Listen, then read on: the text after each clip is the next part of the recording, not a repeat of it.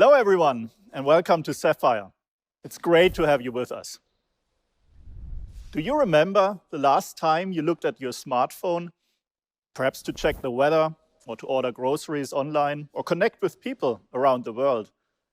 It might have been seconds ago, minutes ago, or even hours ago. Today, it's definitely a given to have literally everything available at your fingertips. And who could picture a world without that?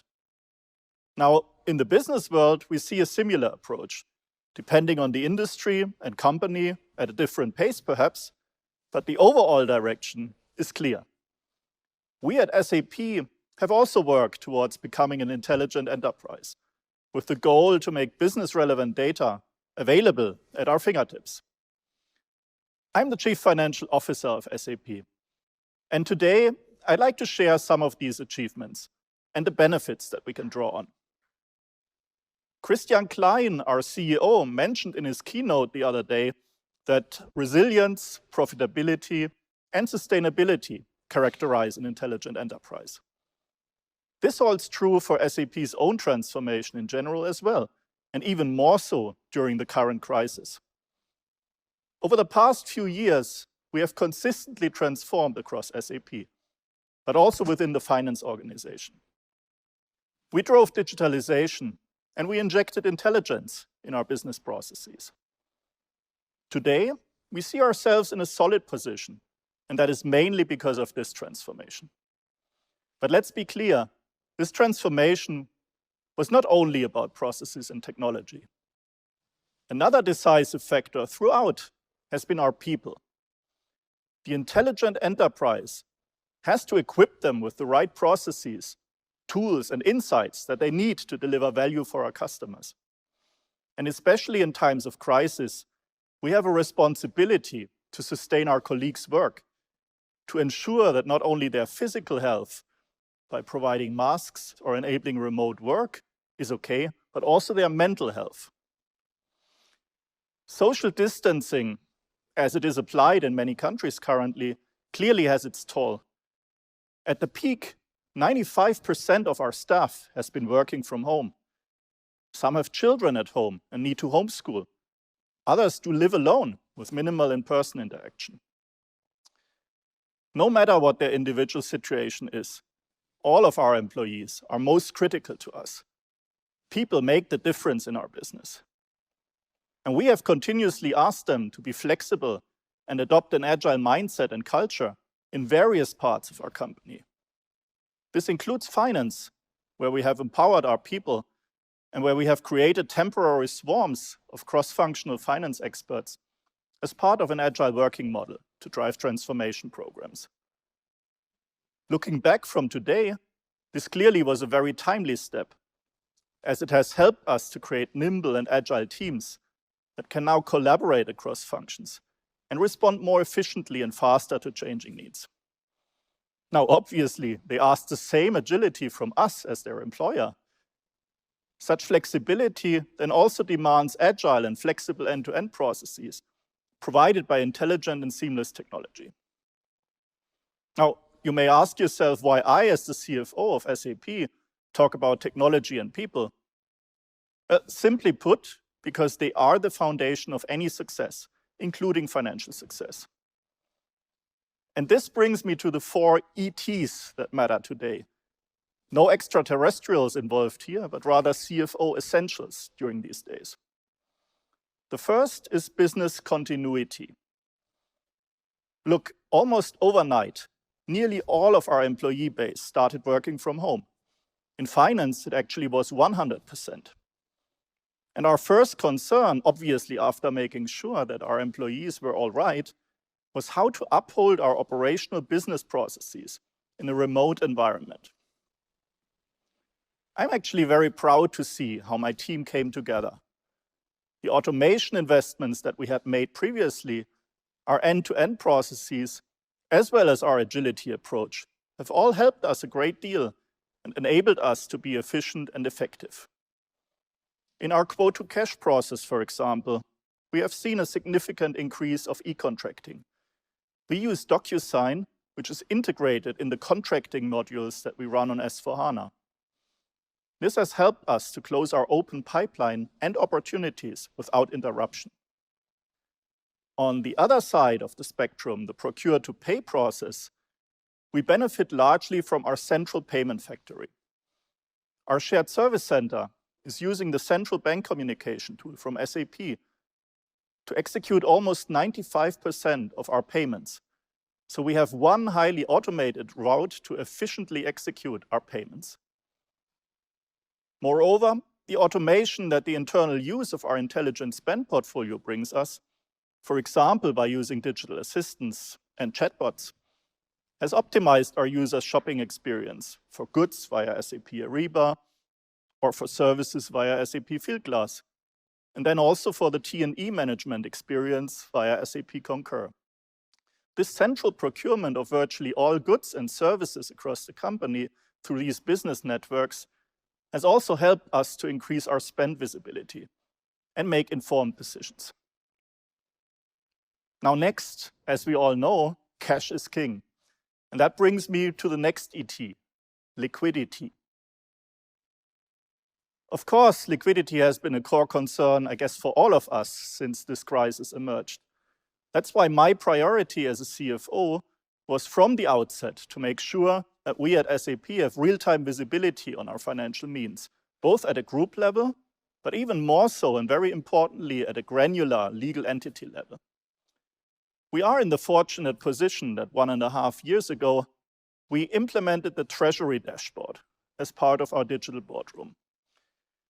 This dashboard collects data from our core ERP system as well as from third-party systems to give us a clear view on our cash. We also strive to strike a healthy balance between our own needs, which are obviously around having sufficient funds available for our ongoing business, but also helping our customers where we can and where it is reasonable to do so. And the visibility allows us to identify market opportunities to do so, and as well as continuously securing a healthy liquidity position. Liquidity is not just the lifeblood of our company. It also gives us room to make strategic investments. This leads me to the third pillar, opportunity. Now, Winston Churchill has been quoted a lot these days, but whether you think that a crisis should not be wasted, as he put it, or that in the midst of every crisis lies great opportunity, as the saying has been attributed to Albert Einstein, the essence is the same. I'm confident that the strongest players in any industry will be able to seize the opportunities of a crisis if they remain committed to smartly investing where they can truly make a difference. And finance is crucial to steer these investments and redirect funds to the key growth engines. Now is not the time to starve a company, but actually to invest, to double down into what can really drive strengths, differentiation, and value for customers, as we will exit the crisis one day. SAP also invests in highly selective strategic areas, such as, for example, the development of an industry cloud solution portfolio that we are convinced will create value in the long run and enhance our already strong position in providing leading industry business process platforms across all major verticals. The SAP Digital Boardroom supports us in making these decisions, as we can easily drill down into the data from both internal and external sources and simulate different scenarios. We have predictive algorithms that create insights for what-if discussions in the boardroom. We can adjust single data points and run simulations that allow us to understand the impact of changed planning parameters due to different investment options along the entire value driver tree. Last but not least, I would like to spend a moment to talk about the fourth CFO essential, sustainability. Now, at first glance, you would perhaps say that sustainability is not a typical topic for a CFO. But when you actually think of steering a company's impact and performance from a holistic perspective, there is just no way around it. You might have heard my fellow board colleagues already speak about how social, environmental, and economic sustainability are at the heart of both our customers' business and our own business. By considering these three dimensions holistically, we can create value for societies, for companies and individuals alike. Sustainability has clearly evolved over time, and it has earned its place by now at the center of any business strategy. For SAP, it has been a foundational element of our strategy and an integral part of our vision and purpose to help the world run better and improve people's lives for more than 10 years already. We are well underway, and we link financial and non-financial KPIs in our integrated report and in the digital boardroom that equips us with real-time insights into those KPIs. We do so not only because the market expects us to, but because we recognize the value of doing so to steer our company. Currently, we are looking into the next stage of integrated, holistic steering and reporting. As a founding member of the Value Balancing Alliance, we aim at developing standards on how the impact of business activities on societies can be quantified, monitorized, and managed. As these standards become established, we also want to help our customers stay ahead of the curve. A few months ago, SAP launched the Climate 21 program with the goal of building analytical and transactional capabilities into our enterprise applications so customers can understand and minimize the carbon footprint of their products and operations along their entire value chains. Our motivation with the program is to support them in pursuing their climate-related objectives because these potentially will impact the viability of their business as a long-term investment on the capital market. I know that in times of crisis, sustainability is often not the first thing that comes to mind. However, its value is not to be underestimated. Keeping sustainability front and center in good times helps us build resilience for times of crisis. And if in times of crisis we manage to not lose sight of strategic opportunities and investments, this will also help us build a sustainable business in the long run. In all of this, the intelligent enterprise that is solid yet agile end-to-end processes built on a seamless technology is key. It is the foundation that allows us to meet the requirements that come with the 4 ETs, and it also ensures the focus can remain on our customers, our partners, and our people. The intelligent enterprise supports us to build the resilience that we need to steer our company holistically, although we are definitely not immune to the crisis. It helps us strike a balance between our own needs in terms of running a profitable business and helping our customers where possible by keeping up our sustainability efforts.